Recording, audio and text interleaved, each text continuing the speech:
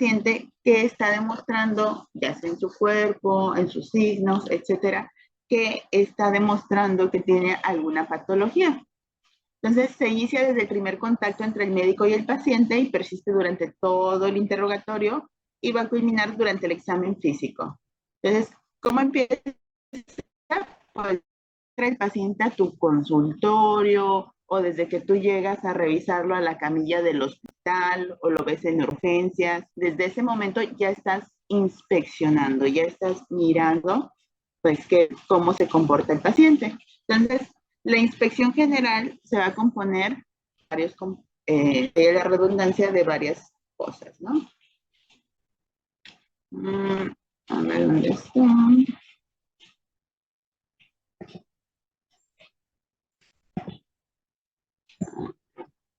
Elizabeth, platica el estado de conciencia, ¿qué es?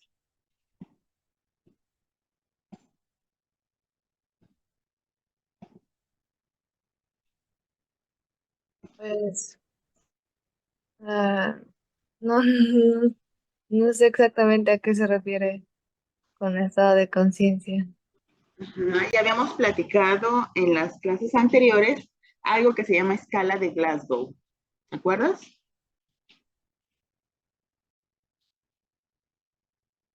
Sí, A ver qué era. era lo de,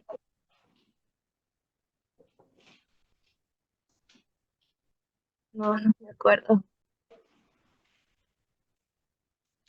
A ver.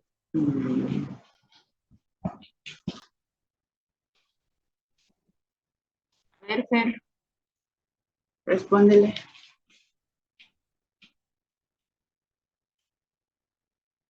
Es Fernanda. como, Ah, sí, aquí estoy.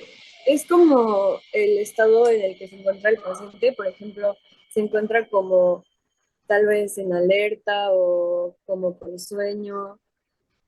Lo que bueno, es una expresa, parte de lo que evalúa el estado de conciencia. ¿Se acuerdan que evalúa movimiento, apertura ocular, y atención a lo que nosotros les decimos de las órdenes verbales? ¿Sale? Entonces, el estado de conciencia se estudia por medio de la escala de Glasgow. La escala de Glasgow es algo que deben de buscar y se deben de saber, porque es básica para cualquier atención. Por ejemplo, le pasó a una de mis amigas cuando éramos internos que estaba con una paciente y le estaba haciendo la historia clínica. Y la señora hablaba y hablaba y hablaba y decía un montón de cosas y al final se dio cuenta que la paciente tenía encefalopatía hepática. Entonces, todo lo que le estaba diciendo de la historia clínica realmente era mentira o eran imaginaciones de la paciente, etcétera, porque no era un estado de conciencia adecuado. La paciente estaba en su rollo, ¿vale? Entonces, el estado de conciencia va a evaluar precisamente esas tres cosas. Apertura ocular, dígame.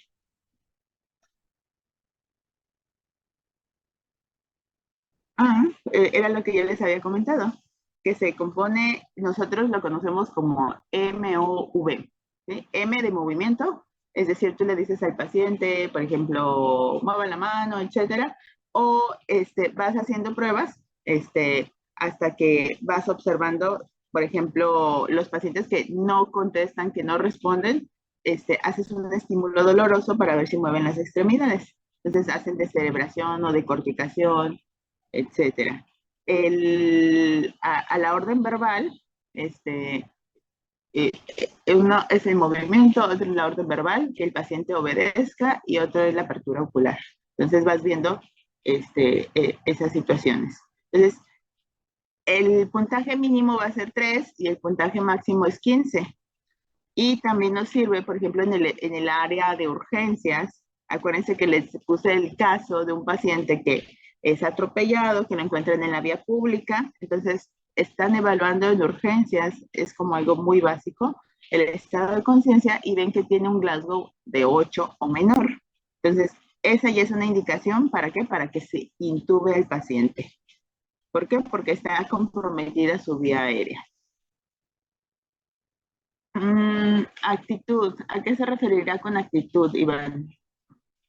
Si el paciente coopera, si el paciente está, bueno, conflictivo, es cooperativo. Bueno, más que nada, la actitud se refiere a la relación de las extremidades con el cuerpo. No sé si han escuchado de repente en alguna historia clínica que ponen actitud libremente escogida. Bueno, es cuando ustedes, por ejemplo, o de repente también es así como algo que nosotros decimos muy frecuentemente, que ves al paciente y que tú dices, tiene signo de playa positivo. ¿Qué quiere decir? Que tú ves al paciente bien a gusto, sin dolor, sin nada, ¿no? Que está como si estuviera en la playa. Entonces, la actitud es la relación que tienen las extremidades en relación al torso. Por ejemplo, un paciente que tiene dolor abdominal y está en posición fetal. ¿Por qué? Porque le duele la panza. Entonces, ya cuando tú llegas, tú dices, esa actitud o esa posición mm, está relacionada pues con la disminución del dolor. ¿Por qué? Porque si el paciente se estira, le duele más la panza, entonces adopta la posición fetal para disminuir el dolor. Entonces, a eso se refiere con actitud. ¿Qué significa decúbito?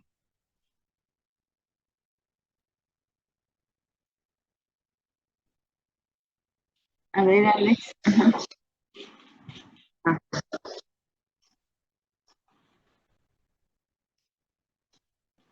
Ajá, muy bien. Entonces tenemos decúbito supino, decúbito prono, decúbito lateral. Ajá. Entonces se refiere ahora sí a la posición del cuerpo. ¿Cómo está? Facies. Jessie. Las facies es, por ejemplo, el tipo de, bueno, expresiones que hace con su cara. Por ejemplo, si tiene expresión de dolor, de tristeza, preocupación o, por ejemplo, de molestia también. Ok, muy bien. Entonces vamos a revisar. De hecho, pues nosotros también vemos eso, ¿no? Que corresponda. Ejemplo, un paciente que te dice, también es cuando ahí descubrimos a los simuladores. Un paciente que te dice, me duele mucho la panza. Entonces tú dices, ok, vamos a explorarlo. Entonces todavía ni lo tocas y está diciendo, ay, ay, me duele. Entonces tú empiezas a hacer plática con el paciente y lo distraes y le empiezas a palpar la panza y ves que no tiene cara de dolor. Entonces, a lo mejor ese paciente está simulando, ¿sale? Entonces, las fases sí son importantes, pues, para identificar qué tanto dolor tiene. Entonces, por ejemplo, en los pacientes pediátricos, en los adultos les podemos preguntar la escala numérica. Del 1 al 10, ¿cuánto le duele? No, pues que 10. Pero en los niños generalmente utilizamos la escala visual del dolor, en donde, fíjense bien, tiene caritas. Entonces, revisamos la carita y con eso podemos decir más o menos cuánto le duele al paciente. Marcha. ¿Qué será la marcha, Kevin?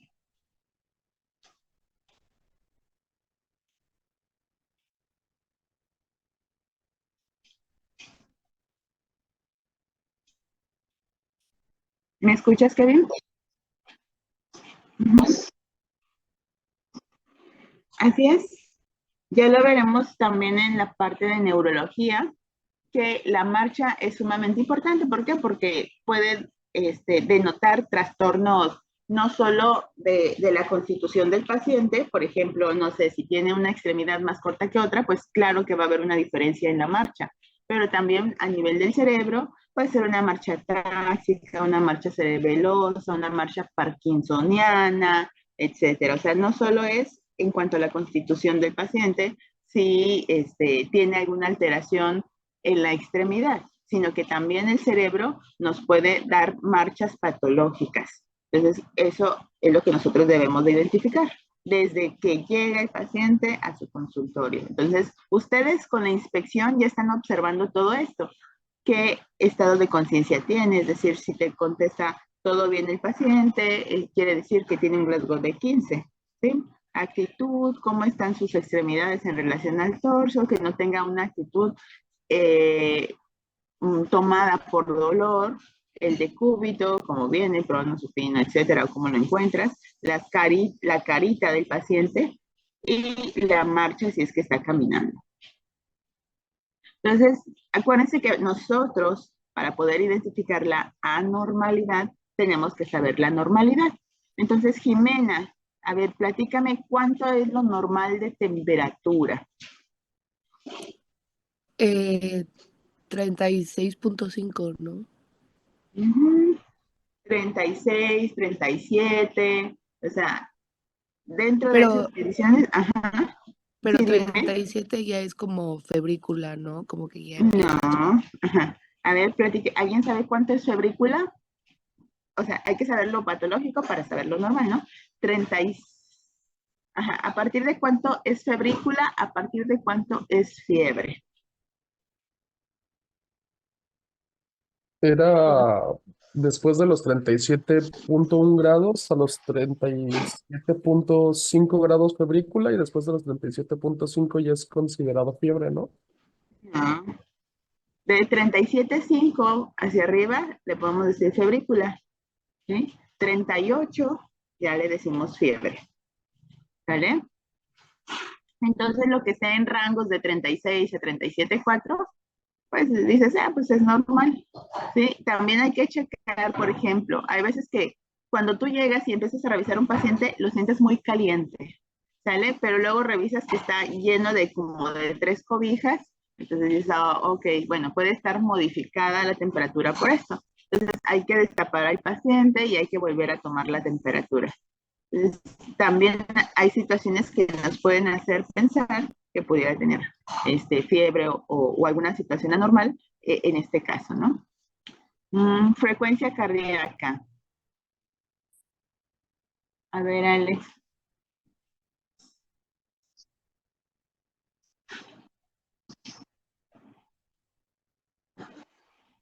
Ujú. Sí, o sea, ya a partir de 100 nosotros decimos que es taquicardia, ¿sale? Pero hay que ver.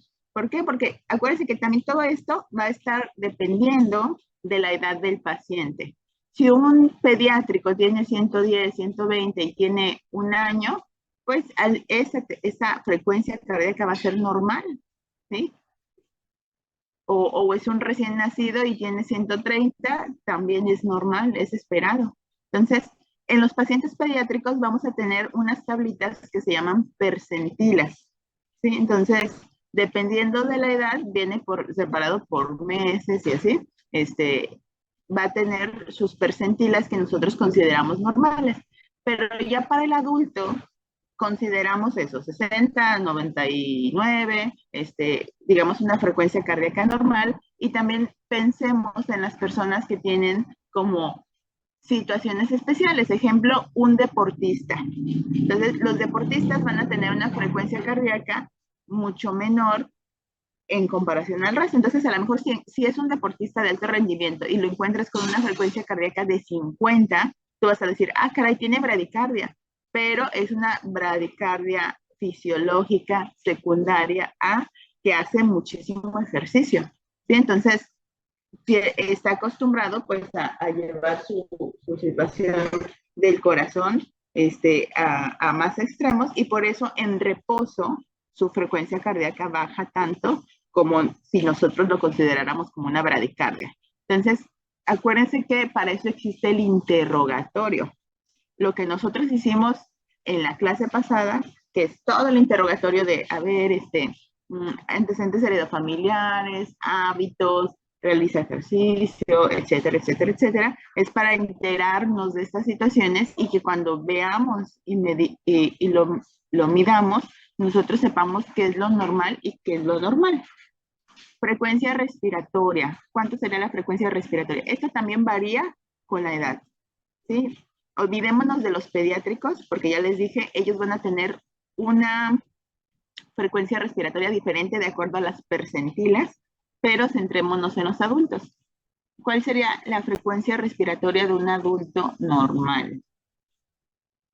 A ver, Yacir.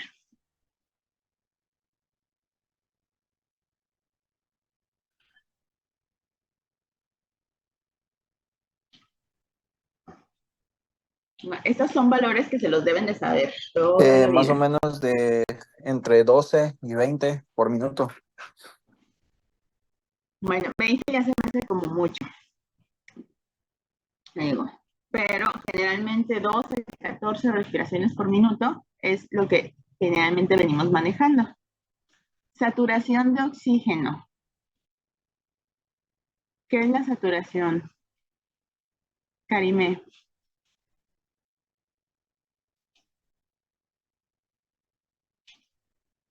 Es pues nos indica como que la sangre está pues oxigenada, ¿no? Ajá.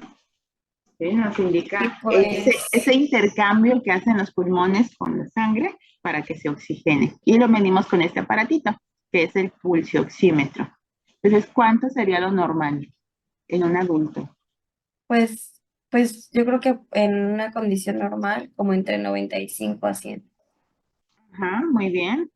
Y acuérdense que va a haber también situaciones que nosotros lo veamos un poquito más baja y no es que nos alertemos, ¿sí? Sino que digamos, ah, ok, es por esto. Ejemplo, un, un señor, no sé, 70, 80 años que tenga EPOC, que sea un fumador crónico y que todavía siga fumando y que sature a lo mejor 88.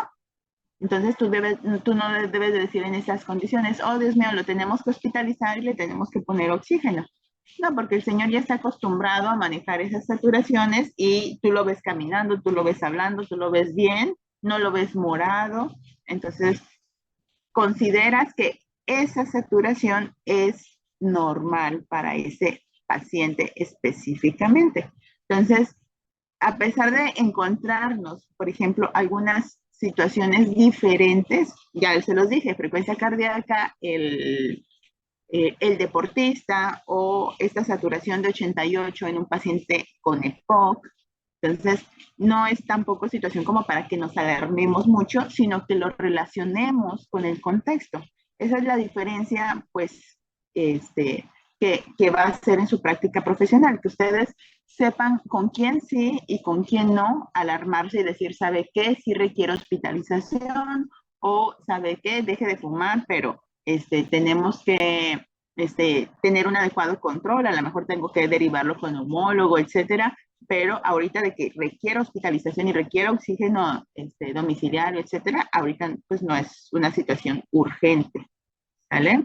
Peso, talla, pues esto va a variar, acuérdense que también varía de acuerdo a las razas, ¿sí? No son, por ejemplo, nuestra raza mexicana, no sería igual que lo normal de peso y talla en la raza japonesa, ¿no? Que ellos son flaquitos, delgaditos. Índice de masa corporal, ¿cómo se calcula el índice de masa corporal? Le digo, ya no se utiliza mucho esto por la situación de que la composición corporal ahora con la tanita es lo más adecuado, de saber cuánto tenemos de masa ósea, masa muscular, grasa visceral, grasa subcutánea, etcétera. Y el índice de masa corporal pues ya prácticamente quedó obsoleto, pero es una medida que todavía se sigue utilizando, pues nada más así como para orientarnos. A ver, Fer, ¿cómo la calculamos?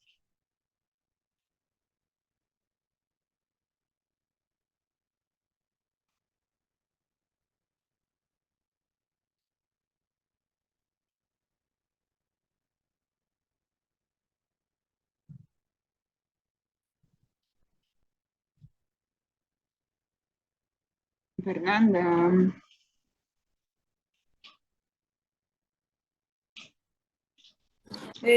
Perdón, soy yo, ¿verdad, Mi? O sea, soy la única de aquí. Ajá, María Ah, Fernanda. bueno. Se calcula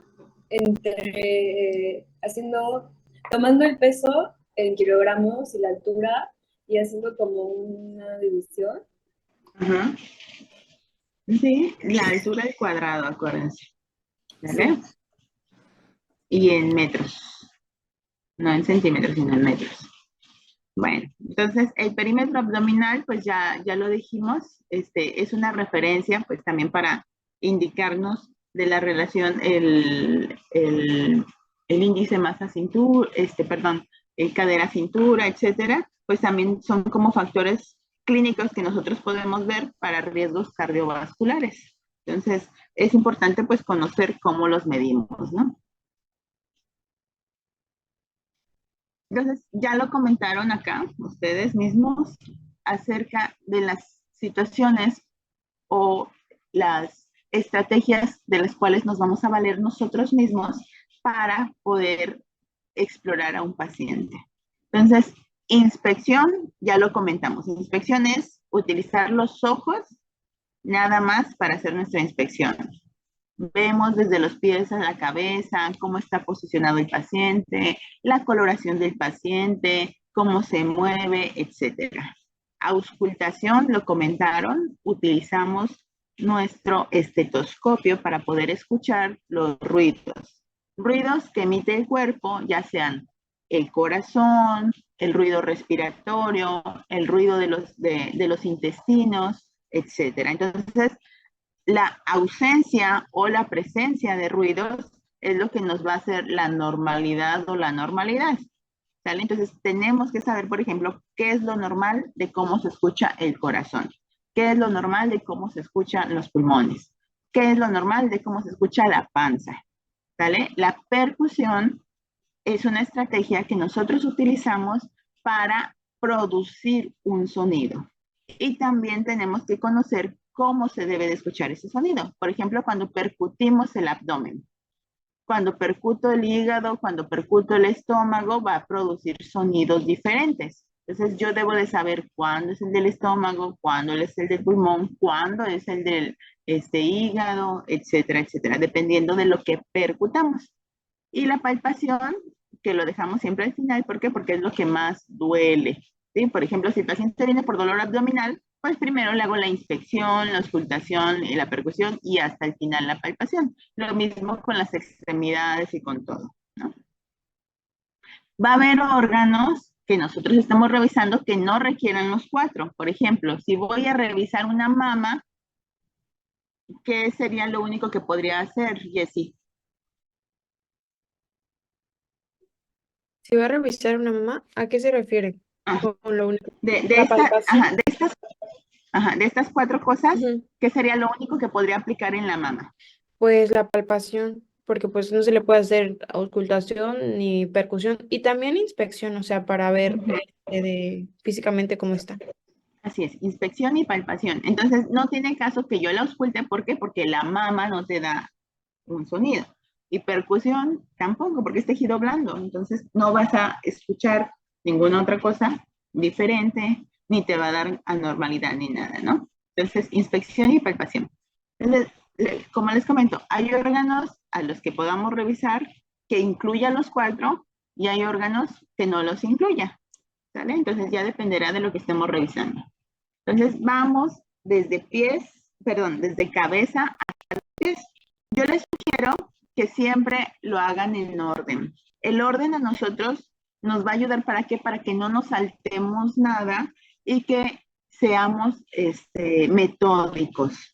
Entonces, si ustedes aprenden a ser metódicos, no, de verdad no se les va a escapar nada y cuando se pregunten o que digan, no sé, se me olvidó revisarle el recto al paciente. Entonces tú dices, no, pues o sea, es parte de la exploración física y tú revisas todo completito, ¿sale? Entonces, exploración física. Empezamos con la cabeza. Entonces, ¿cuál es la posición normal de la cabeza? Pues normalmente es erecta, pero cómoda, ¿sí? Erecta, rígida, sería una situación, por ejemplo, en un latigazo cervical, ¿no? Que no puedes moverla y que todo el tiempo está rígido. Entonces, es una erecta cómoda, ¿sí? Las posiciones anormales generalmente se van a ver a lesiones de columna o contractura de los músculos del cuello. Por ejemplo, vaya, este ejemplo que les acabo de poner, el latigazo cervical, ¿sí? Tortícolis. ¿A quién no le ha pasado esta parte de la tortícolis? Que se duermen mal y al día siguiente amanecen con un dolor, una contractura muscular y pues no pueden ni girar la cabeza. Entonces, esto va a ser pues una posición anormal debido a la contractura involuntaria de los músculos esternocleidomastoideo, trapecio y escalenos que son los que se encargan de nuestro movimiento. Entonces, ¿cómo lo identificamos? Con la pura inspección y quizá con la palpación de nosotros sobre estos músculos precisamente. Y van a palpar la contractura. Movimientos anormales que pudiera tener la cabeza, pues ejemplo, este signo de Muset, que va a consistir en como si fuera esos juguetitos que tenemos y que de repente ponen en los carros que se está moviendo la cabeza del monito. Bueno, pues entonces precisamente eso, consiste en flexiones leves sincrónicas con el ritmo cardíaco, como sucede en la insuficiencia aórtica de cualquier etiología. Entonces es un movimiento normal de la cabeza. ¿Vale? Entonces ustedes tienen que ver precisamente, esto es pura inspección. Aquí podríamos ya tener palpación, aparte de la inspección, palpación, incluso hasta algunas mediciones. Entonces, ¿qué vamos a observar en el cráneo? Entonces, la forma. La forma normalmente debe de ser, el diámetro longitudinal predomina sobre el transversal. A eso se le conoce como normocéfalo. ¿Sí? Pero, ¿qué pasa? Que por algunas situaciones de la vida, por ejemplo, unión de las suturas, que eso pasa sobre todo, lo vamos a ver en pacientes pediátricos. ¿Alguien se acuerda de que cuando le revisan le dicen, le voy a revisar las fontanelas y las suturas? ¿Alguien ha escuchado eso? Mariluz. Pues la sutura del cráneo, ¿no? Ajá. Acuérdense que las suturas del cráneo, que dice la sagital, la parietal, etcétera, cuando somos bebés, no las tenemos unidas. Y es por eso que los niños pueden tener, por ejemplo, si existiera algún defecto, alguna hidrocefalia, y el líquido de los ventrículos empieza a aumentar, y el cráneo tiene esa particularidad de que como no están unidas las suturas, se expande, ¿sí? Y por eso le crece la cabeza. Entonces, los pacientes pediátricos tienen eso, ¿por qué? Porque al momento que pasan por el canal del parto, se traslapan los huesos, ya sea el parietal, frontal, etcétera. ¿Para qué? Para que pueda pasar por ese canal estrecho. Entonces, ¿qué pasa si se unen esas suturas antes de tiempo? Entonces, el crecimiento del cráneo no va a ser uniforme y, por ejemplo, si se cierra alguna, ejemplo, aquí en el braquicefálico, dice, el diámetro transversal tiene que igualarse al longitudinal y nos da como una carita cuadrada, ¿sí? Es más frecuente en pacientes de hábito pícnico, es decir, pacientes chaparritos. Dolicocéfalo, cuando el diámetro longitudinal es predominante, entonces nos va a dar un cráneo más alargado, así como el del alien, y es más frecuente en los leptosómicos. ¿Vale? Y acrocefalia, aquí puede ser una deformación del cráneo por aumento de la altura debido a la osificación prematura de la sutura coronaria y sagital. Entonces, cuando tienen un paciente pediátrico, y lo van a ver ustedes, cuando reciban bebés, cuando roten por pediatría, de las primeras cosas que se le hace, aparte de reanimarlos, ver su frecuencia cardíaca, si respiran, el Apgar que tiene, si tiene el Silverman, que ya lo habíamos visto también, etcétera, etcétera, etcétera, pues entonces es revisar precisamente diámetros. Le revisamos el diámetro de la cabeza, revisamos las fontanelas, que las suturas se encuentren adecuadas, que tenga un cráneo normocéfalo, es decir, normal. ¿Sale? Tamaño.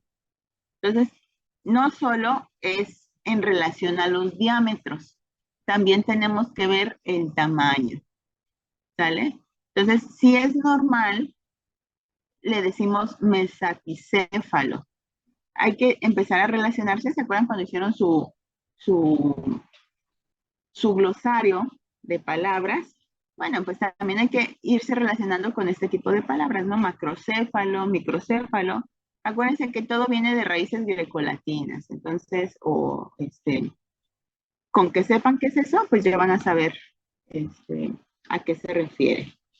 Entonces, macrocéfalo, aquí la cabeza va a ser grande, Entonces, el ejemplo que tenemos, pues, es el de la hidrocefalia, que yo les decía, las suturas no están unidas, hay un defecto entre la producción y la absorción del líquido cefalorraquídeo, pues entonces aquí se empieza a acumular el líquido y como las suturas no están unidas, pues empieza a crecer la cabeza, ¿no? Entonces, eso nos da una macrocefalia.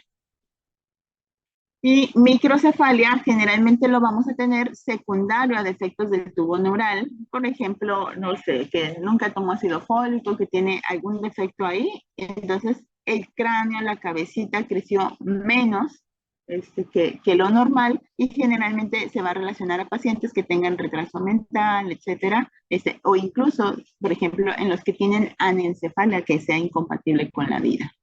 ¿Sale? Entonces, el tamaño del cráneo importa. ¿Cuál es la consistencia? Pues la consistencia es dura, ósea. ¿Por qué? Porque es un hueso.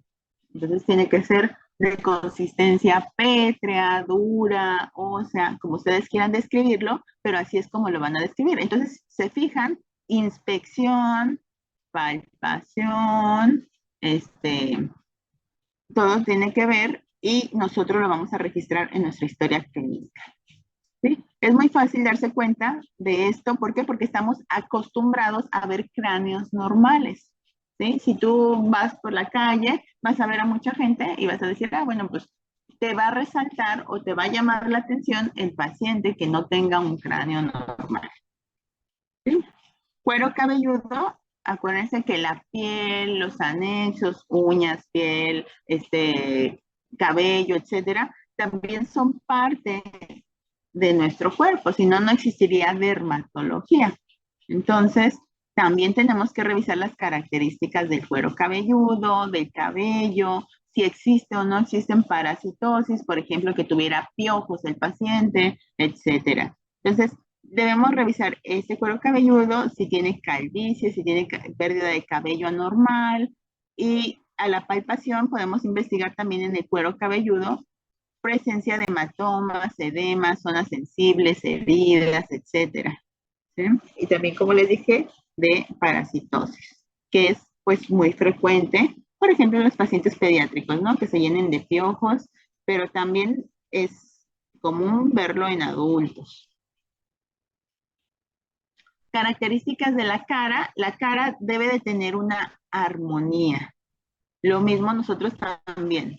O sea, estamos tan acostumbrados como seres humanos normales de ver armonía, de ver lo normal.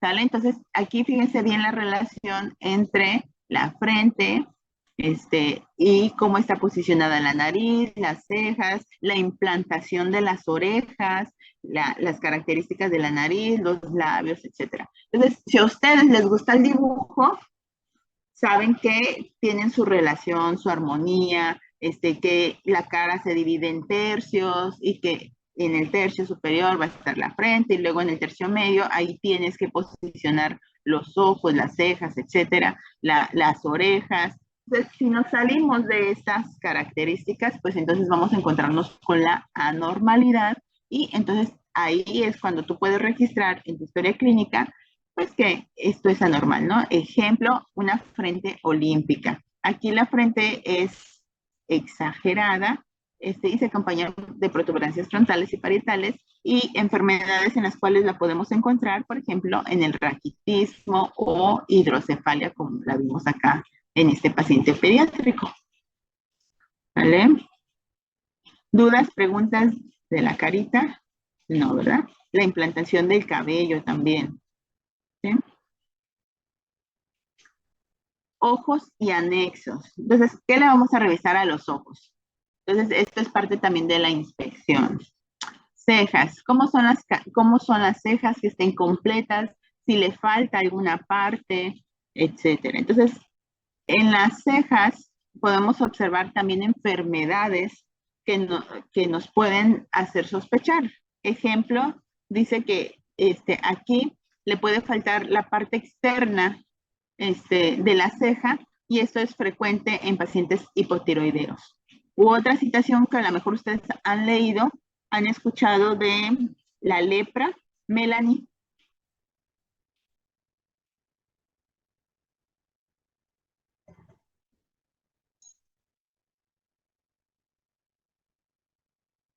Melanie, Melanie, ¿no estás, Melanie? Acuérdense que si nada más prenden la computadora y están haciendo otras cosas, pues entonces díganme para ponerles falta. Jimena,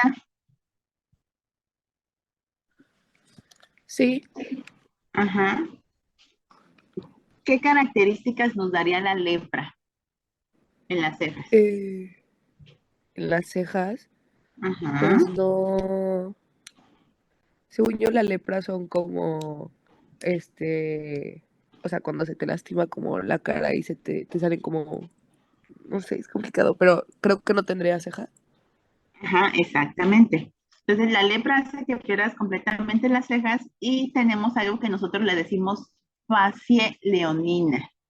Leonina, ¿por qué? Porque al no tener cejas, pues se ve rara la cara, ¿no? Nada más se ve como la protuberancia del hueso frontal con la parte de la órbita del ojo y nos da esa facie o esa carita como si fuera de un león. Entonces, fíjense en los leones, cómo tienen. Entonces, si quitamos las cejas de estas personas, entonces tendríamos eso que se llama facie leonina. Doctora, Pestañas. Ajá. soy Melanie, disculpe, no me abría el micrófono. Ah, bueno. Muy bien, pestañas. Entonces, ¿qué vamos a observar? Pues igual, tamaño, color, si están bien implantadas. Le pedimos al paciente pues que mire hacia arriba, hacia abajo. Vemos las características y qué pueden tener, pues también las pestañas pueden tener enfermedades, ¿no? Pueden tener abscesos alrededor de ahí de las pestañas, algún folículo obstruido, que nosotros ya conoceremos pues como chalación. Este, También podemos tener, ¿cómo se llaman? Pues infecciones asociadas con parásitos o también podemos tener muchas escamación en la piel, este, secundaria pues a productos químicos, etcétera.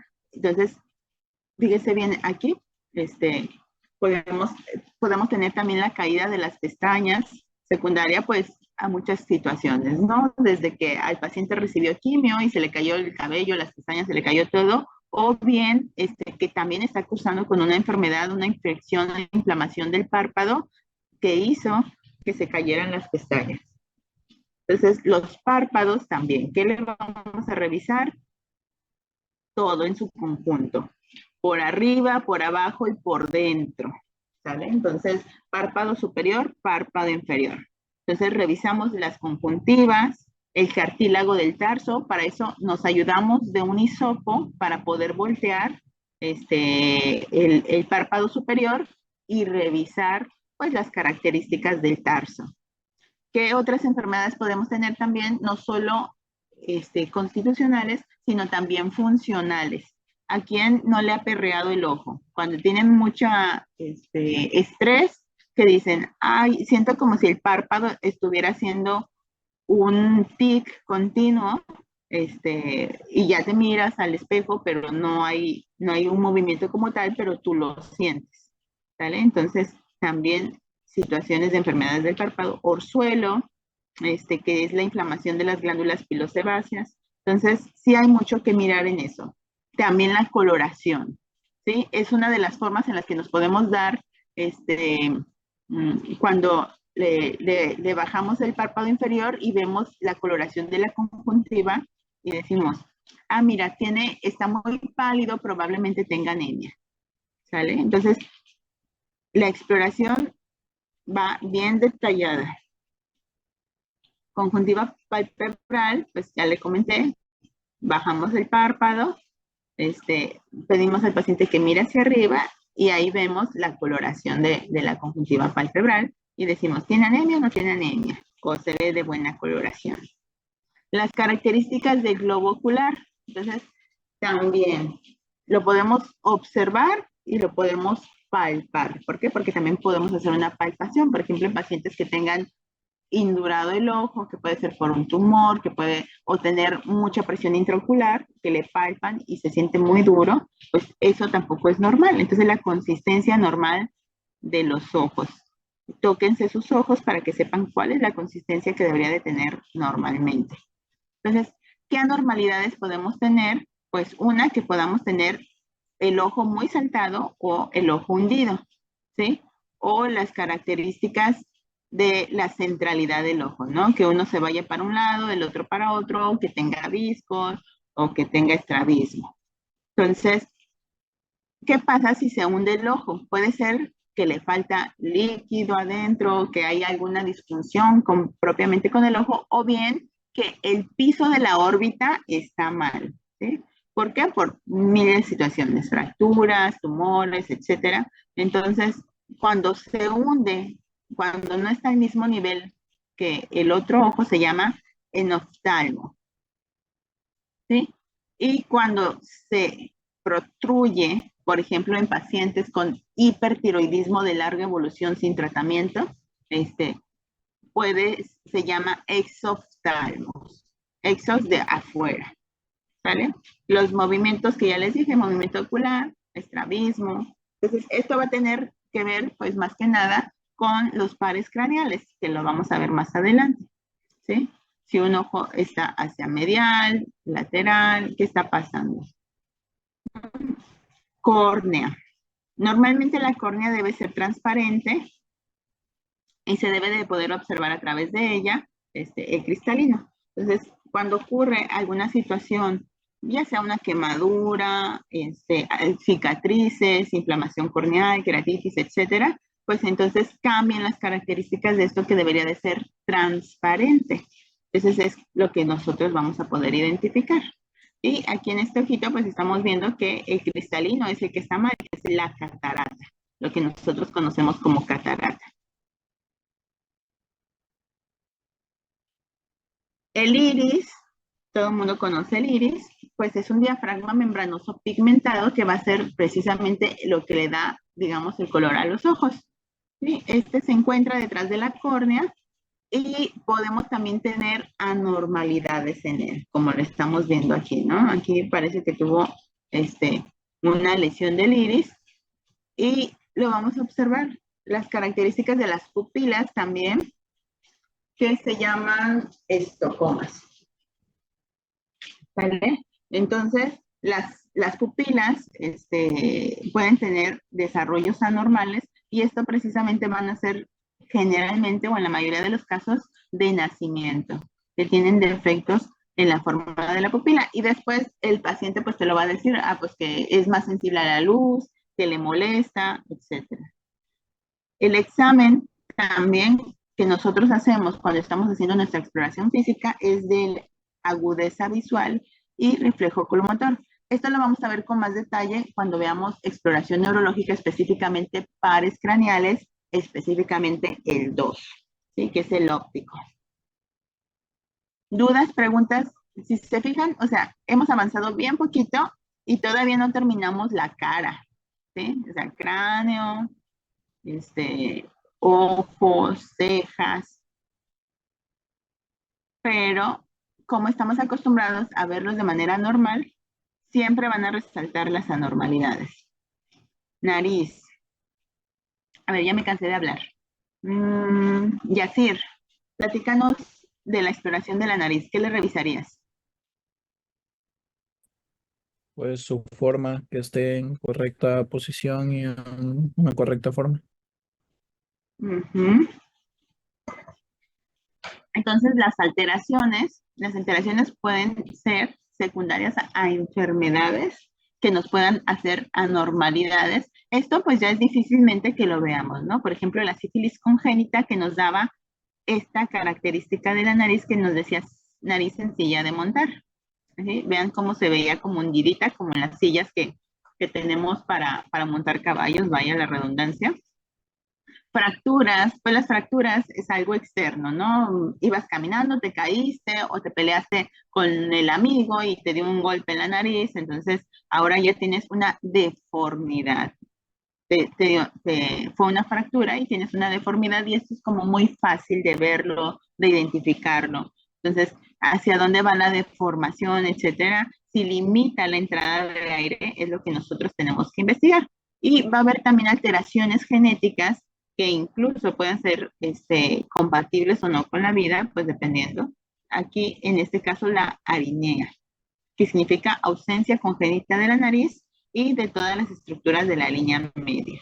Entonces, pues esto es complicado, ¿no? Requiere intervención quirúrgica lo más pronto posible, porque ¿cuánto tiempo puede estar respirando por la nariz? Luego si vomita, etcétera, por la boca, perdón, si vomita, etcétera, pues ahí va a tener problemas ese bebé. Color. Las características del color, acuérdense que también tenemos muchas enfermedades que se manifiestan por medio de la piel. Por ejemplo, el lupus eritematoso, ¿no? Entonces, tenemos que ver las características de la piel. La piel generalmente tiene que ser homogénea, es decir, que toda tu piel de la cara sea igual, ¿sí? Entonces, la forma, la característica de la piel o coloraciones anormales nos debe de llamar la atención, ¿sí? Entonces, ejemplo, la rinofima, que es una alteración en las características de la piel nasal, que vamos a ver un aspecto afrutillado, es decir, así como rugoso, anormal.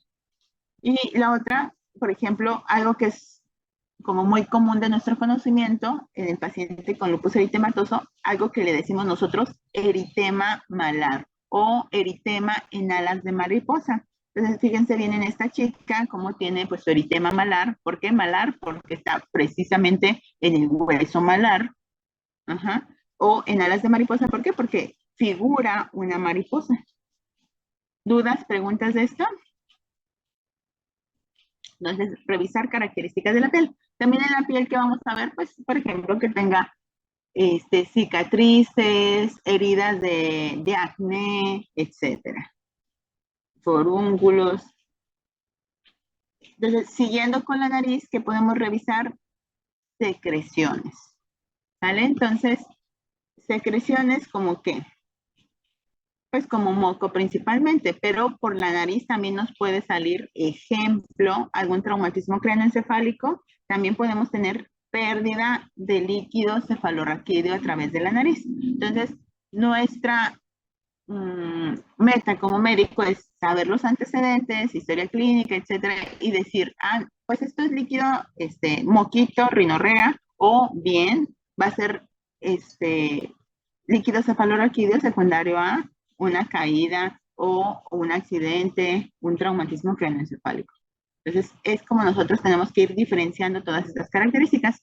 Entonces, normalmente, pues, si es seroso, si es mucoso, o si tiene características de pus. También en la nariz que revisamos las narinas, ¿sale?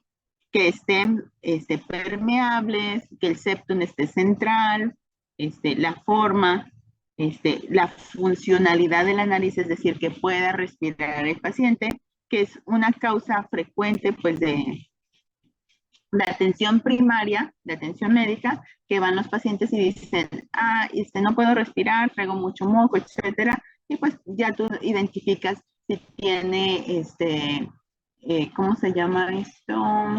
Bueno, que tiene todo congestionado los senos paranasales, sinusitis. Si tiene sinusitis o tiene alguna enfermedad en la que tú puedas intervenir. Las cavidades paranasales, acuérdense, vamos a tener seno maxilar, senos frontales, senos etmoidales. Acuérdense que estas son cavidades y que nos ayudan precisamente con la función de calentar el aire, que pueda pasar hacia nuestra vía respiratoria, que se purifique más, y están tapizadas por células mucosas y precisamente producen moco. Cuando hay inflamación de los mismos, pues van a producir más moco y vamos a tener lo que llamamos la sinusitis, o en caso de que se inflamen todos y estén llenos de moco todos, pues va a producir la pansinusitis, ¿no? Compromiso inflamatorio múltiple de todas las cavidades nasales. Y en la exploración física, ¿cuáles vamos a tener a la mano? Pues nada más los senos frontales y los senos maxilares. Boca, las características de la boca. Híjole, aquí cuando van a su práctica médica, aquí yo sí les digo, tienen que revisar la boca de todas partes. La boca no nada más es abrir, decir A y revisar la retrofaringe o las amígdalas, ¿sí? La boca es completa. Entonces tenemos que revisar labios. ¿Por qué? Porque los labios pueden tener diversas enfermedades, ¿sí? Desde un cáncer de labio hasta una queilitis, escoriaciones, etcétera, ¿no? Mordeduras, dependiendo de lo que hayan hecho ahí con los labios. Las características de las encías, la lengua, sus movimientos también es parte de la exploración neurológica también, y las características, ¿no? Si tiene alguna protuberancia, si tiene alguna lesión, etcétera. Apertura bucal, que abra la boca, qué tanto la abre, si no la puede abrir, ¿por qué no la puede abrir? A eso se le llama trismus, etcétera. Aliento, el aliento, ¿cuáles son las características del aliento? Si es un aliento normal o es un aliento patológico, por ejemplo, en pacientes que tengan un divertículo de Senker, que es un divertículo a nivel del esófago donde se les guarda la comida, se pudre la comida y tienen un muy mal aliento a pesar de que se laven todos los días los dientes. Bueno, pues entonces, fíjense bien, el aliento les puede orientar a esa patología y buscar o hacer estudios adicionales para poder identificarlo. Dientes, cómo son los dientes, las características de los dientes, si tienen caries, si tiene pérdida o ausencia de piezas dentales, si tiene piezas dentales flojas, etcétera. También lo constituimos en nuestra historia clínica. Faringe, las características de la faringe, si tiene descarga retronasal de moco, si está inflamada, si tiene alguna lesión, glándulas salivales. También hay que incluir aquí las amígdalas, la úvula, los pilares, el trígono, etcétera, ¿no? Y también el piso de la boca. Le pedimos al paciente que levante la lengua para revisar el piso de la boca y también revisamos el paladar blando y paladar duro. Entonces, si se fijan, la boca es un espacio muy chiquito, pero tiene un montón de sitios que tenemos que revisar. Y todos lo revisamos, pues, en orden. ¿Qué anormalidades podemos encontrar así como muy fácil de identificar? Pues labio leporino, ¿sale? Entonces, aquí el labio parece partido. Entonces, tenemos labio leporino y paladar hendido. Son dos entidades diferentes. Pueden persistir las dos al mismo tiempo o puede tener nada más una y la otra no. Entonces, por eso tenemos que describir bien. Labio solo es el labio o también involucra el paladar. Queilosis, como les comenté, cuando revisamos los labios, pues son pequeñas ulceraciones en la piel en el ángulo de la boca y generalmente se va a deber a deficiencias nutricionales. Labios, el color de los labios, si están rosados, están grises, están morados, cuando tienen problemas pues con la oxigenación, ¿sí? Lo vamos a ver en pacientes. Gingivitis, pues inflamación de las encías, etcétera. Gingivorragia, sangrado de las encías.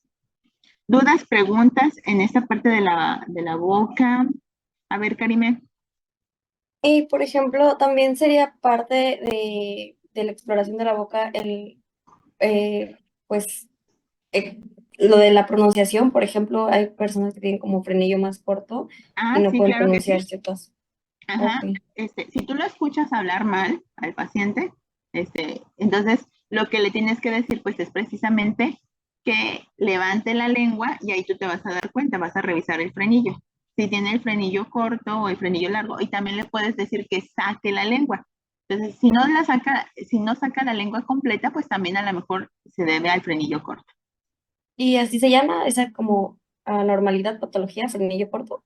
Ajá, frenillo corto, y vas a ver que no puede ni sacar la lengua o que precisamente está alterando. ¿Y cómo lo resolvemos? Pues recortamos el frenillo, ¿sale? Generalmente eso lo hacen los dentistas o los otorrinos, pero realmente es muy fácil. ¿Sale?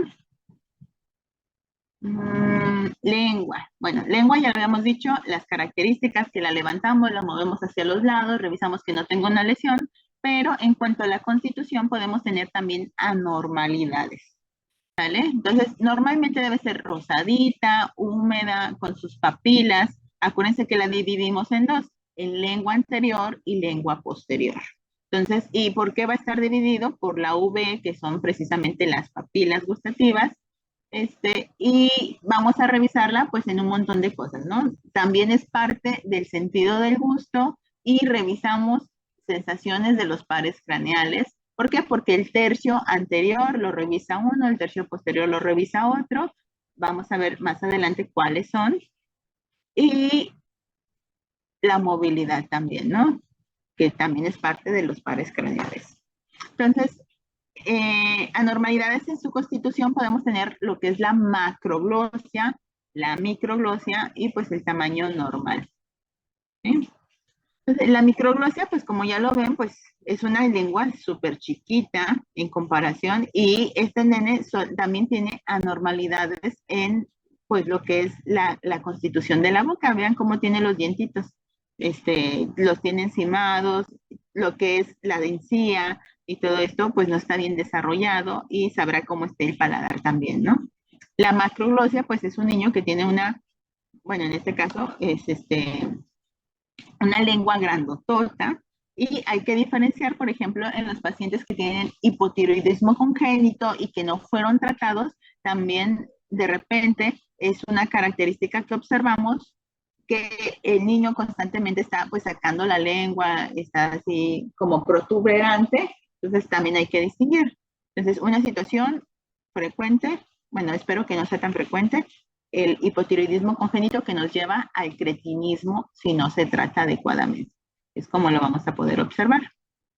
Aliento, ya lo comentamos, este divertículo de Zenker que nos puede dar un mal aliento interno. Los dientes, si está completa la dentadura, si tiene caries, si tiene sarro, si tiene las piezas móviles ausentes, etcétera. Faringe, pues aquí tenemos que utilizar el abatelengua y vamos a ver, fíjense bien, en esta imagen se alcanza a ver las amígdalas, la úvula, la retrofaringe y también vemos los pilares de la boca, ¿sí? Donde termina la última muela, a eso se le llama pilar o trígono, ¿sí? Entonces, todo eso nosotros vemos sus características. ¿Cuál es la característica normal? Rosadito, bonito, sin lesiones. ¿Qué anormalidades podemos encontrar? Pues a lo mejor úlceras, tumores, por ejemplo, en el caso de las amígdalas muy grandotas, que las vamos a dividir del 1 al 4, y decimos, pues tiene una amígdalas tamaño grado 4, cuando están ocluyendo casi por completo la retrofaringe, o bien también podemos tener secundario a que no se laven bien los dientes, algo que llamamos tonsilitos, es decir, como piedritas que pueden ser como impactación de comida o pueden ser literal piedritas de calcio, ahí en las amígdalas, en donde están las cavernas, ahí se incrustan, ¿sí? Entonces, esas también les generan mal olor o mal aliento. Las características de las glándulas salivales, acuérdense que tenemos glándulas salivares mayores y glándulas salivares menores. Entonces, las mayores las tenemos que son la parótida y las glándulas submandibulares, y las menores las tenemos distribuidas en el paladar, básicamente, que son mínimas, chiquititas y producen saliva. Bueno, entonces, si tenemos inflamación, por ejemplo, de la parótida, que puede ser en los pacientes pediátricos una parotiditis, o en los adultos, si nada más tienes una inflamada, pues a lo mejor va a ser un tumor de parótida, ¿sale? Entonces, características, si se intensifica con la deglución, si a la palpación le duele, cómo la palpas, blanda, dura, etcétera. Todo eso nosotros tenemos que registrar en nuestra exploración física. Oídos. ¿Qué características, tanto función como características físicas de la constitución? Entonces, en los oídos, la función, ¿qué sería? Si escucha o no escucha bien. Hiperacusia, la audición está aumentada y está muy sensible pues, a los sonidos. Hipoacusia, disminución de la audición, escucha menos. Acusia como tal, sordera total. O acúfenos, que esto lo habíamos platicado con lo de las embarazadas, ¿no? Que si tienen preeclampsia, probablemente tengan esto. Ruidos en los oídos de timbre grave, ¿sí? Entonces, acúfenos están escuchando sonidos que nadie más escucha, pero que son de timbre grave. Y ya revisando específicamente las características del tímpano con nuestro otoscopio, pues vamos a ver el tímpano normal, que debe de tener estas características, rosado, perlado, etcétera, con un brillo, con el triangulito que se observa, pero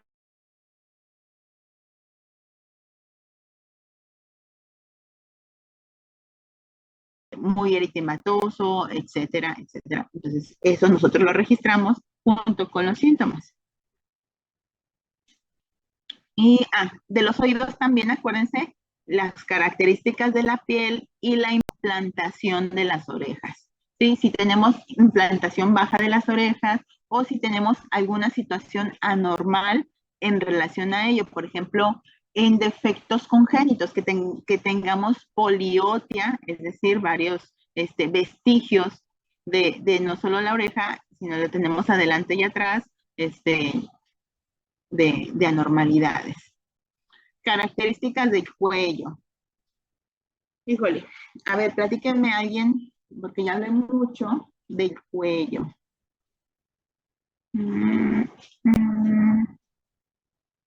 A ver, ¿quién ha participado? José Luis.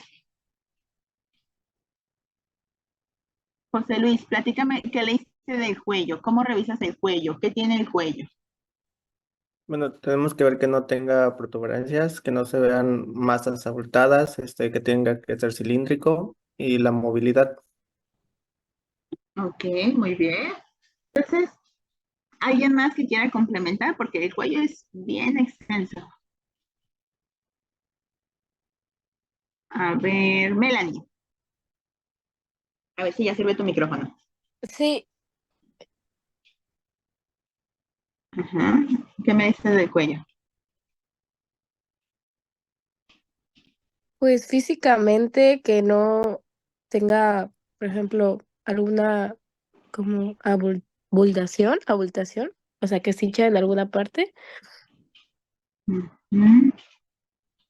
A ver, ¿alguien más? Iván. Pues vamos a ver en general que no haya deformidad, que no haya crepitación, que no haya punciones o penetraciones y que también que no esté desviada la tráquea, que esté íntegra. Bueno, la vía aérea. Ok. Entonces, muy bien lo que acabas de decir, ¿no? El cuello, fíjense bien, el cuello, nosotros le decimos cuello precisamente porque es como un embudo, es un espacio muy pequeño. Y el cuello, quirúrgicamente, para cualquier otro especialista, pues es un poco complicado. ¿Por qué? Porque tiene muchas estructuras en un espacio muy pequeño. Tenemos partes musculares que nos ayudan precisamente al movimiento de la cabeza. Tenemos parte visceral que tiene precisamente esófago, que es el tubo que nos ayuda para pasar el alimento. Tenemos tráquea o vía respiratoria, que pues precisamente igual es un conducto que nos va a llevar, nos va a ayudar a llevar el oxígeno a nuestros pulmones, pero no solo también tenemos eso, también tenemos las cuerdas vocales que nos ayudan pues para comunicarnos, etcétera. Tenemos la parte vascular que del corazón van hacia el cerebro, ¿no? Y de regreso. Tenemos nuestra carótida, nuestra yugular, y aparte, por si no, no es suficiente, también tenemos glándulas, en este caso la glándula tiroidea y las glándulas paratiroideas. Entonces, si se fijan en un espacio súper pequeño, tenemos un montón de cosas muy importantes que incluso pueden comprometer la vida, la función. Entonces, todo eso es lo que nosotros precisamente vamos a revisar al momento en que estamos explorando nuestro cuello. Entonces, ¿qué patologías podemos tener en el cuello? Uf, un montón. Entonces, vamos a revisar precisamente, acuérdense, inspección. Inspección, ¿qué vamos a revisar? Pues, cómo está constituido el cuello. Va a haber alteraciones genéticas que podamos tener en el cuello y que lo podamos identificar con solo ver el cuello. Ejemplo, un síndrome de Turner, ¿Alguien se acuerda que es el síndrome de Turner? Dante.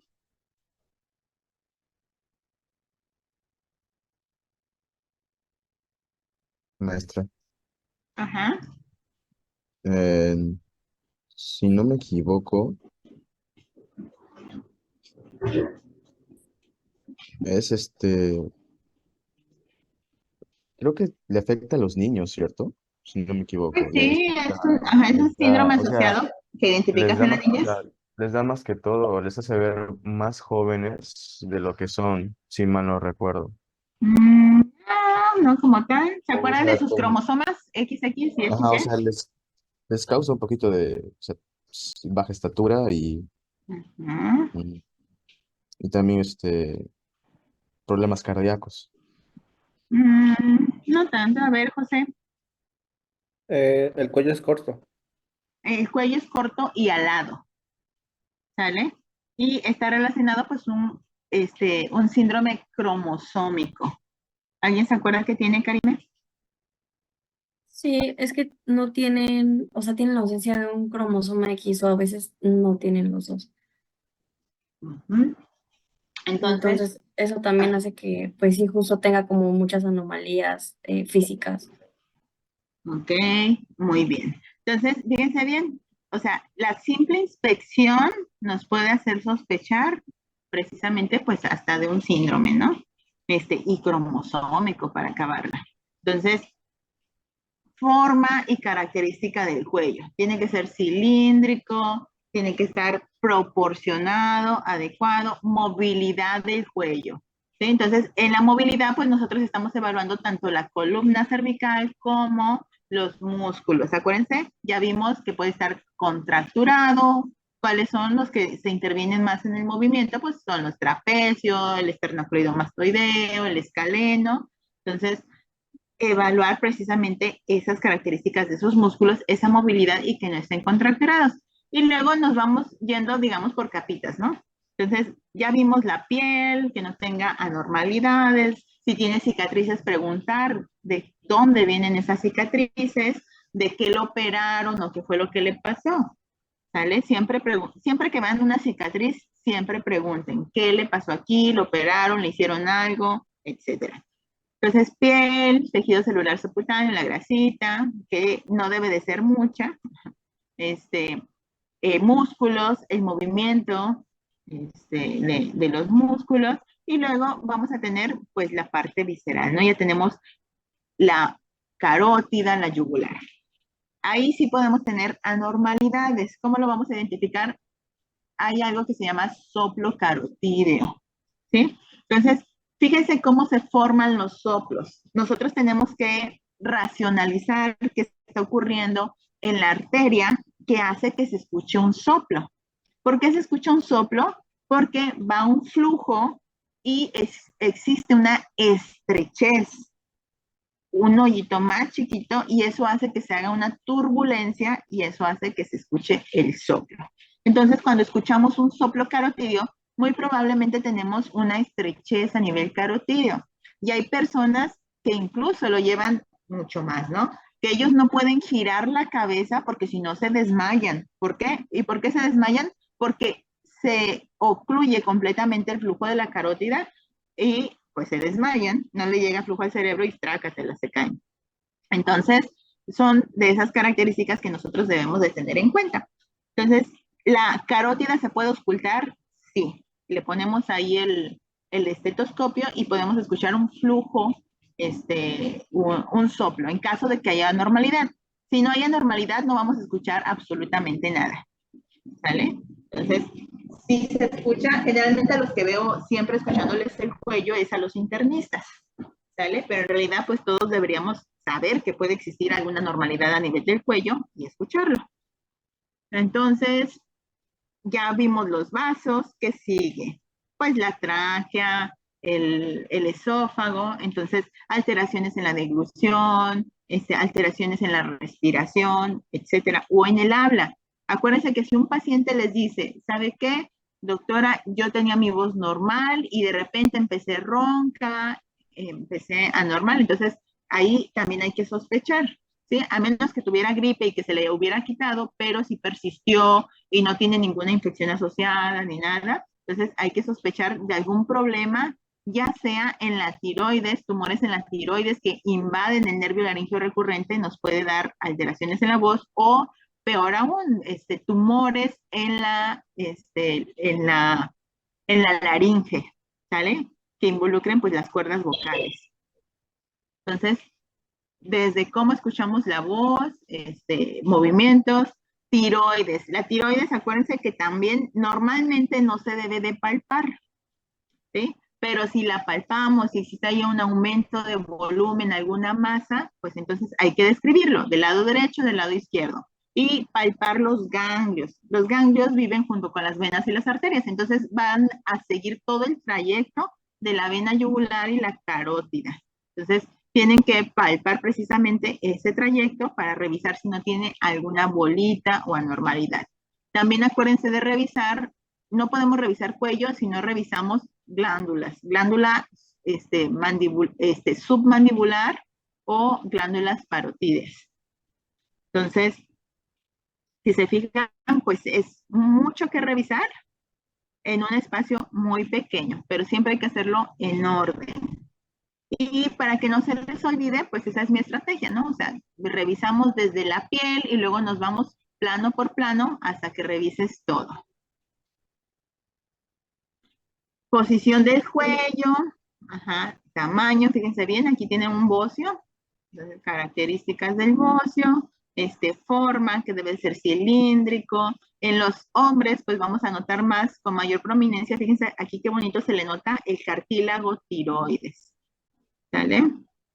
¿Qué otra cosa? Pues lo que ya les había comentado de los nervios, laringe, tráquea, piel, si tiene cicatrices o no tiene cicatrices, si tiene fístulas incluso, ganglios crecidos, etcétera. ¿Dudas, preguntas del cuello?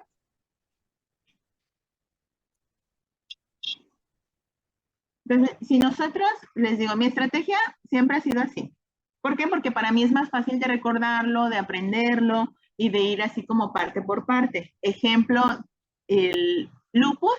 El lupus tiene 11 características clínicas diferentes. Entonces, yo me las aprendí de la cabeza hasta los pies. Y así ya no se me olvida. Entonces, voy repasando órgano por órgano qué es lo que le sucede. Por ejemplo, psicosis. Empiezo con la cabeza. Psicosis, en la piel, eritema malar, en los pulmones, nos puede dar una serositis, en los riñones nos puede dar una insuficiencia renal, y así vas bajando, ¿no?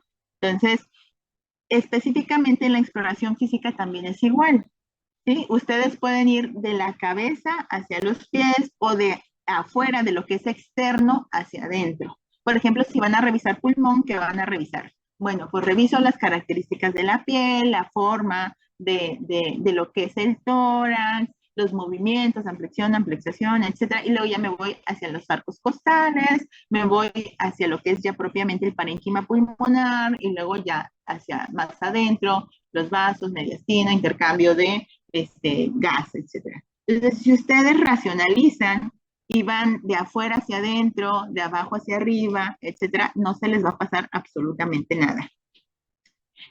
Bueno, esto ya lo vimos, laringitraquea, piel, cicatrices, etcétera. Entonces, ahora vamos hacia la exploración del tórax. A ver, platíquenme, ¿qué leyeron de eso? Kevin.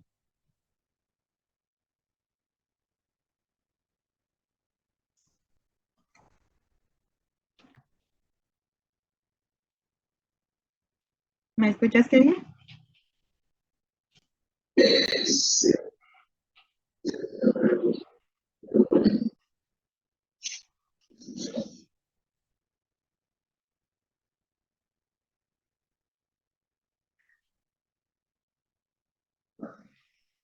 Sí, lo escucho.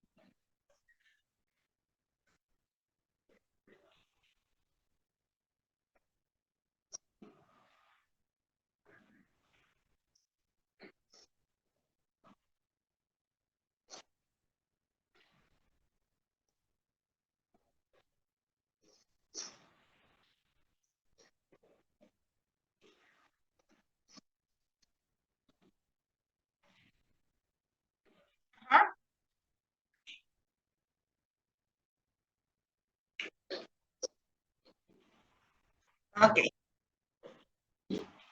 muy bien. A ver, Jimena, ¿qué más nos puedes complementar de la exploración física del tórax?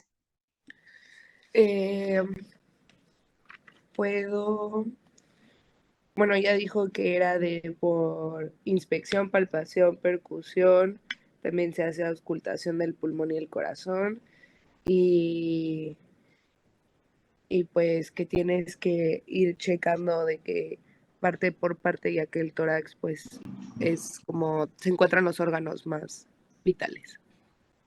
Ok, muy bien. Entonces, vamos a empezar.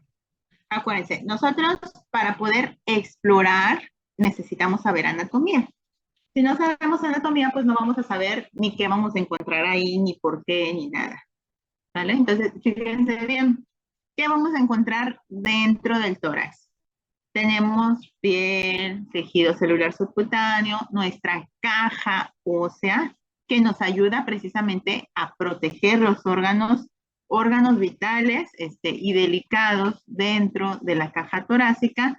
Y acuérdense que la caja torácica es muy diferente a, por ejemplo, la cavidad abdominal. ¿Por qué? Porque maneja una presión negativa. ¿Para qué? Para que los pulmones puedan expandirse y puedan contraerse y hacer el intercambio de aire. ¿Sí? Entonces también tenemos nuestro corazón, que nos va a ser la bomba del cuerpo, que nos va a ayudar precisamente a llevar toda esa sangre oxigenada por ese intercambio que se hizo en los pulmones hacia todo el resto del cuerpo y que se pueda alimentar cada célula del cuerpo, ¿no? Entonces también vamos a tener otros órganos del mediastino, donde están pues estos vasos importantes, la cava, la aorta, el arco aórtico, el esófago, también tenemos nuestra columna vertebral en la parte de atrás y por delante pues nuestro esternón que también cubre, ¿no?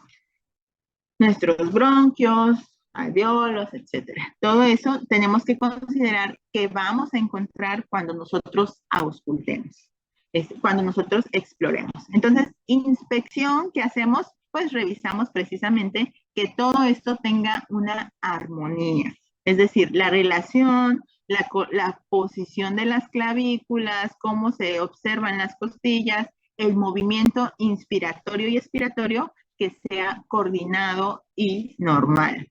Entonces, ¿qué pasa en la expiración y en la inspiración?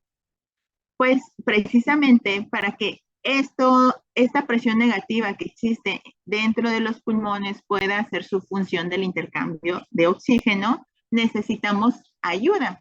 Cuando somos bebés no tenemos muy bien desarrollados nuestros musculitos y utilizamos el abdomen con mayor razón. Entonces, si se fijan, cuando platicamos de la escala de Silverman, que es para identificar estrés respiratorio en los niños y decir, este niño necesita que lo intubemos o necesita un casco cefálico o que le pongamos ahí oxígeno.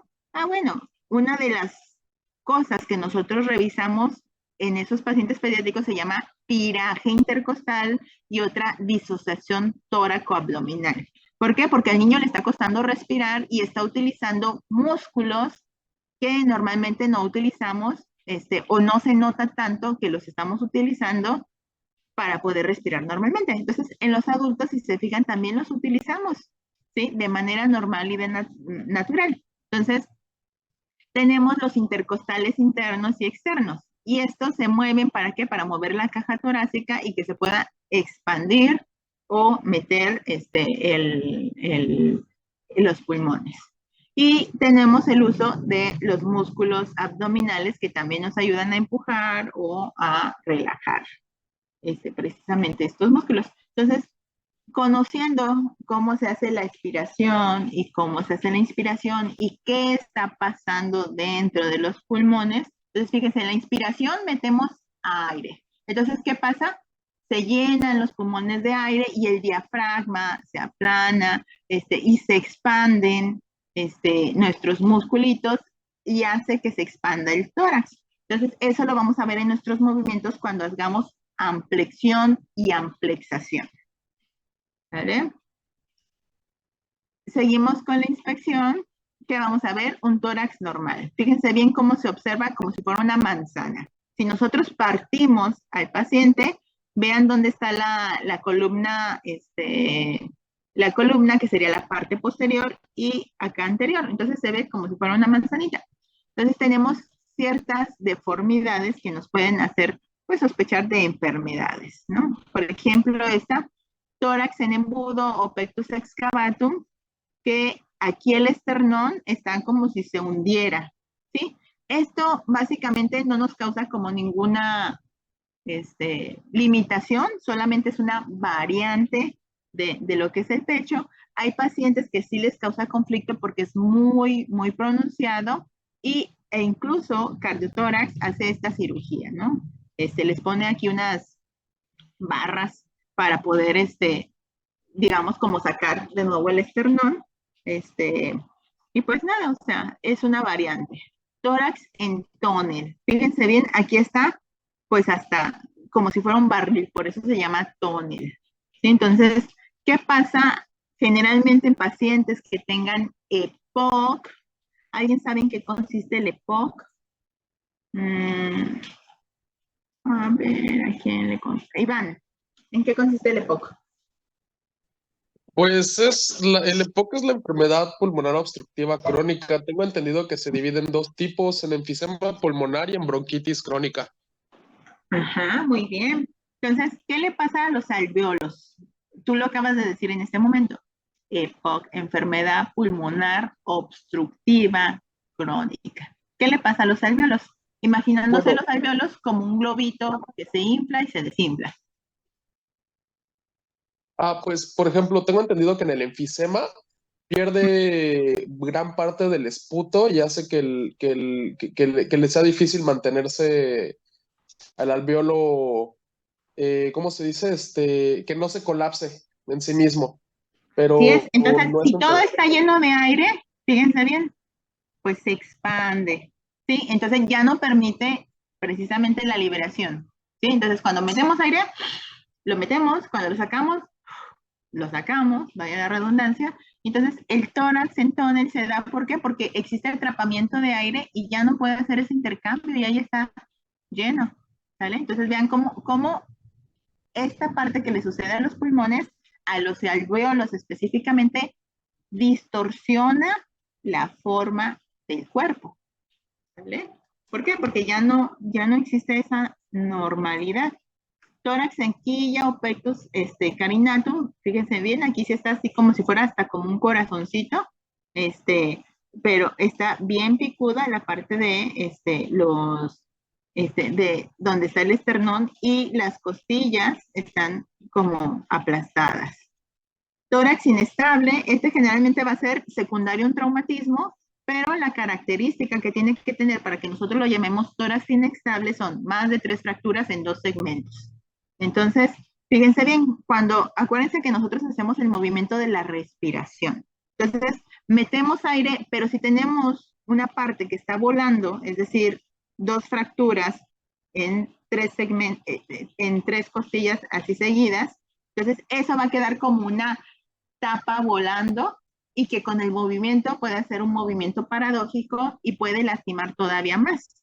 Entonces, el tórax inestable se convierte pues en una urgencia quirúrgica. Entonces, vamos a ver una discordancia en cuanto mete aire, saca aire y ese pedazo de tórax se está moviendo paradójicamente, ¿vale? Y las alteraciones en la columna, en este caso la hiposcoliosis, nos puede dar también alteración en la forma del tórax, ¿sí? No precisamente por las costillas, sino por las características de la columna. Entonces, inspección, ya sabemos qué pasa, ya sabemos anatomía, ya sabemos qué pasa, fisiología y nuestra inspección, auscultación. Acuérdense, de lo que menos duele a lo que más duele. Entonces, lo que menos duele y nunca va a doler va a ser la inspección. ¿Por qué? Porque eso es, con la pura mirada estás identificando anormalidades. Entonces, auscultación. La auscultación tampoco les debe de doler a los pacientes. ¿Por qué? Porque solo estás colocando un estetoscopio para poder escuchar ruidos. ¿Qué vamos a escuchar? Ruidos pulmonares y ruidos cardíacos.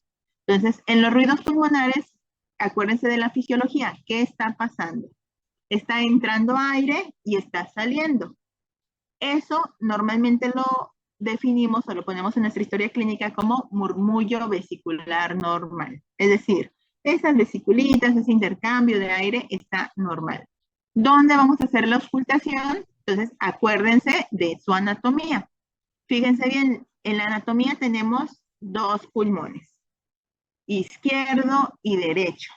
El izquierdo, como tiene el corazón, pues está más chiquito, por así decirlo. Entonces, solo se divide en dos, el lóbulo superior y lóbulo inferior. Entonces, el derecho, perdón, como no tiene el corazón, pues ese está, digamos, como más grande, ¿no? No es que sea así, pero para que lo recuerden. Entonces, el derecho, como tiene más espacio, pues se hace 3 lóbulos, superior, medio e inferior.